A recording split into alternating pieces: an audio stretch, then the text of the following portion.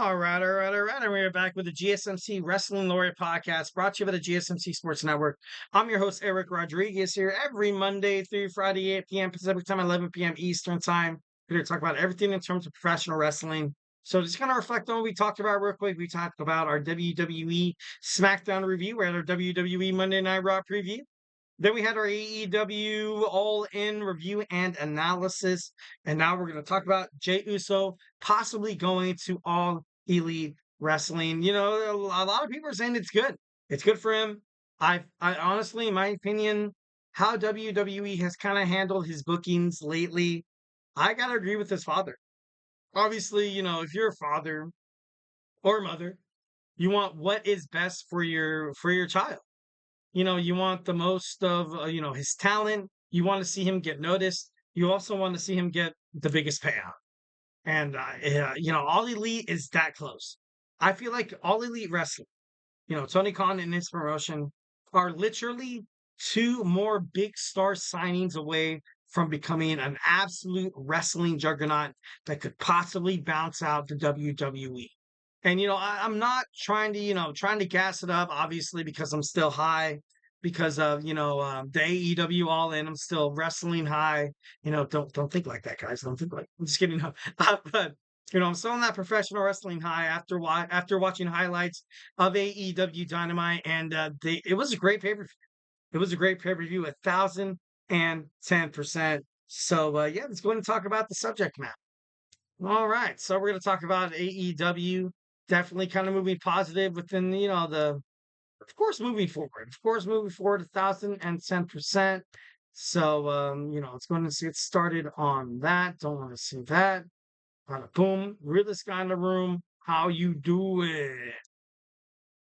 All right, so we're going to talk about, obviously, the success of AEW All In has been amazing. Obviously, Ricochet's debut. You've had great matches that were absolutely like off the charts, stellar. You saw a lot of shocking returns, Sting and also Nigel McGuinness. But is AEW, are they willing to move toward bigger stars? I believe 1,010%. They could be. They need to fix the audience ratings. With this new deal with Warner Brothers Discovery, obviously kind of buttering up the executives that you have to kind of sell your company to, which Tony Khan is doing, and he's being very, very delicate, very, very, he has perseverance because he doesn't want basically, like I know there's that feeling of kind of being sold out, but if I had a wrestling promotion, I'd be like, look, like, am I getting the best out of my wrestlers? HBO Max or what they call it Max right now. Like, what? Yeah, we could do whatever whatever, but and at the back, this is Tony Khan's baby. This is his wrestling promotion here. He sold a neck injury at the at the NFL draft when the Jaguars were choosing. So I thought that was actually pretty cool. Now obviously with the debut of Ricochet means that if it hasn't already been proven before with Mercedes Moné, with Will Ospreay, also you saw Kazuchika Okada from New Japan Professional Wrestling get signed. It's AEW is willing to kind of take the next step into becoming something great. And honestly, I don't think they're too far off. Another big star that they could possibly sign is you have Bobby Lashley.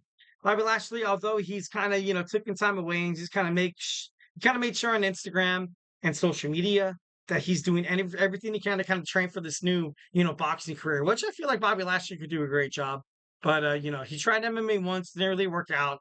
So, maybe if not his professional wrestling thing, Tony Khan is very flexible in terms of the schedules of his superstars.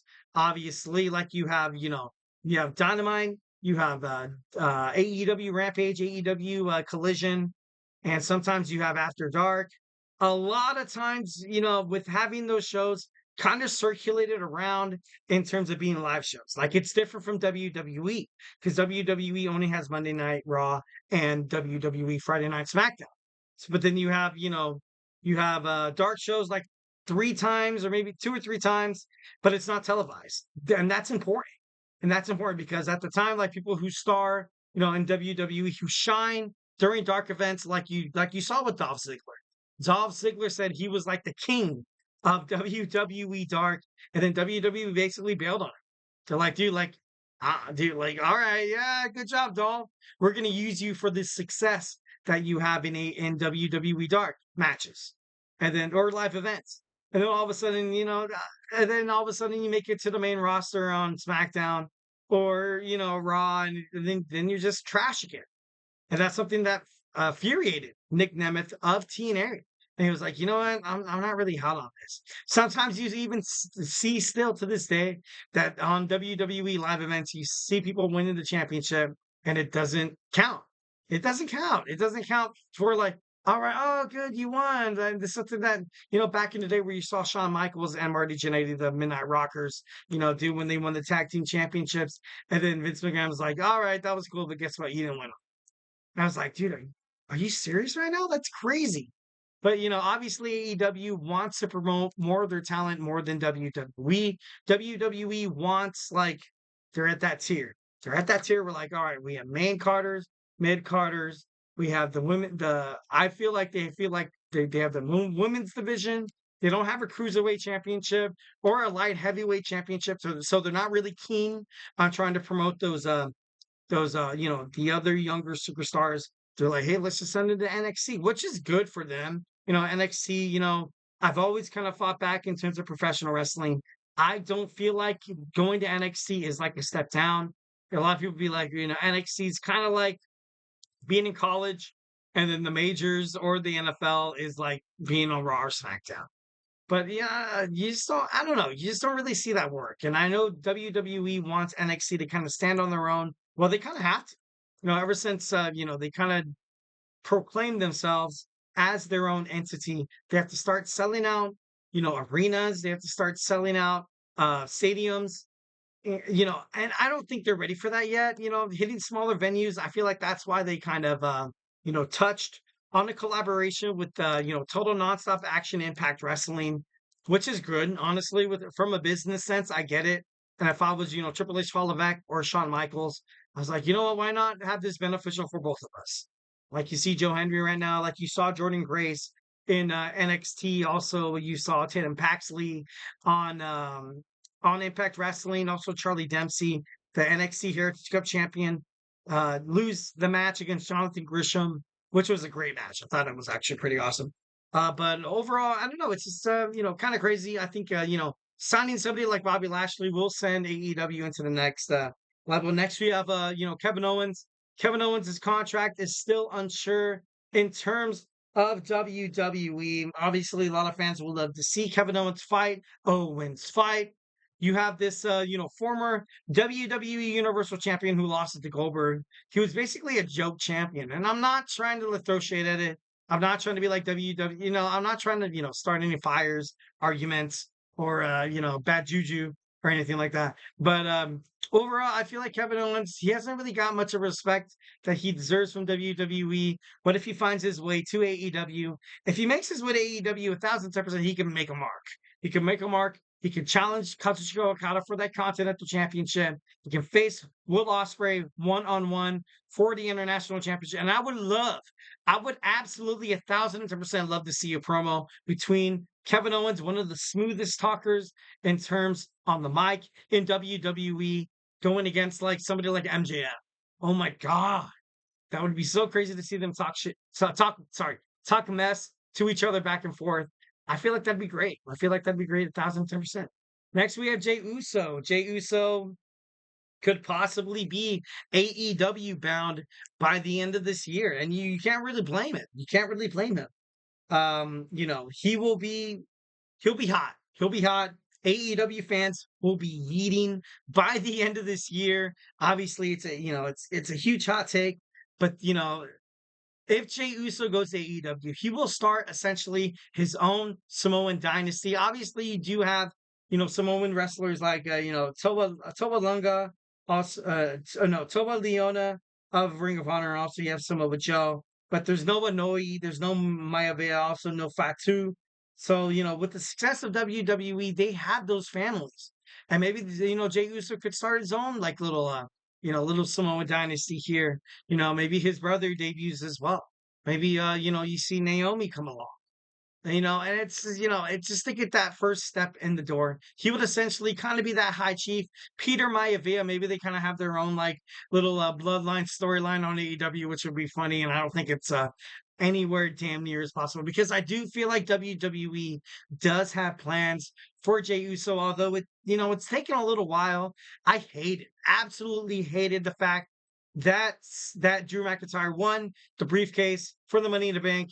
I feel like it should have been given to Andrade, Carmelo Hayes, or like the man we see in front of us, Jey Uso. So 1,010%, I think there could be just something bigger, something better. But it's different. I support Jey Uso. I feel like ever since he left the bloodline, he's been a hot take. You look on what they have on Monday Night Raw. Seth Rollins is injured. CM Punk is too crazy, and Drew McIntyre. What other main event superstars do you see on Monday Night Raw other than Jey Uso? Yeah, okay, there's Finn Balor. Braun Strowman, Bronson Reed. Yeah, let's be realistic, but bigger WWE superstars never really make it up to that main card. So I'm not really taking them seriously. Maybe you can have Uncle Howdy kind of make a crack at it. Maybe Chad Gable. They recently said in Monday Night Raw about they stated the Intercontinental Championship qualifier. He's in that qualifying match. I doubt he wins. I feel like overall they're saving him for a run with Sami Zayn, taking on the Judgment Day, moving forward toward that Survivor Series after Bash at Berlin. They're going to need that pay per view. So it's going to be a pay per view worth waiting for. So, and I've been flipping back and forth with this Jey Uso, kind of contact, it's kind of stuff with, I don't know. But this would be a huge signing. This would be an absolute huge signing that Jey Uso should probably consider. Rikishi, his father said off the top rope podcast about, his son's bad booking in WWE. He said, and I quote, once the Money in the Bank thing didn't go through, I kind of thought, let's see what they do now. Maybe they'll give him a title shot. He told his son already that, to talk about, just want to take a break, son, take a break. The writers, obviously, in WWE do not know what they are doing. A bunch are obviously yeeting. You have a bunch of, yeet Jey Uso merchandise being sold. So WWE is making way much, making a lot of money off Jey Uso, but not really reciprocating, exactly what it takes kind of moving forward and making them into like a, kind of like a main star. So, Rikishi also said, and I quote, the kid is so good. WWE ain't the only spot. He could probably go to AEW. And if he wants to ride his own ticket, kind of like what I mentioned with him starting his own Samoan dynasty on All Elite Wrestling. If you have your dad, obviously looking at all the BS that WWE Creative has kind of put you through, you're going to see him from, all the time. He's your father. And if he's going to be talking in your ear, talking about, hey, like, why not start your own thing in AEW, son? Like, you would, if Jey Uso went to AEW, he would automatically become like a main event right off the bat. Bam.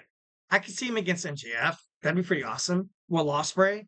I could see him against Bryan Danielson. People like Swerve Strickland, and he'd be great. He'd be great. And although Jey has been a main character on the Raw roster, he's been a forethought, not having matches at such like SummerSlam. Mercedes Moné, after walking from WWE, says that working with WWE and AEW is like night and day, and it's not an easy decision. Obviously, it's obviously a lot of things to kind of take in consideration. But Jey Uso, if he wants to kind of start his own thing, he could very much damn near find himself with All Elite Wrestling by the end. Well, not the end, by the beginning of 2026. Maybe the late 2025, maybe he finds a way to sign, and Tony Khan will pay for that. He'll pay for a huge contract with Jey Uso. So it's legitimate, guys. This is considered legitimate. All right, our fifth and final segment of the night, we're going to talk about Ricochet's debut in AEW and his future. Remember that we do have my man Emran's GSMC Soccer podcast starting in about 18 minutes. So let's go ahead and wrap this up. Let's kill it. But most importantly, stay tuned. Grab your favorite beverage, grab your favorite snack, and join me in about like 25 seconds.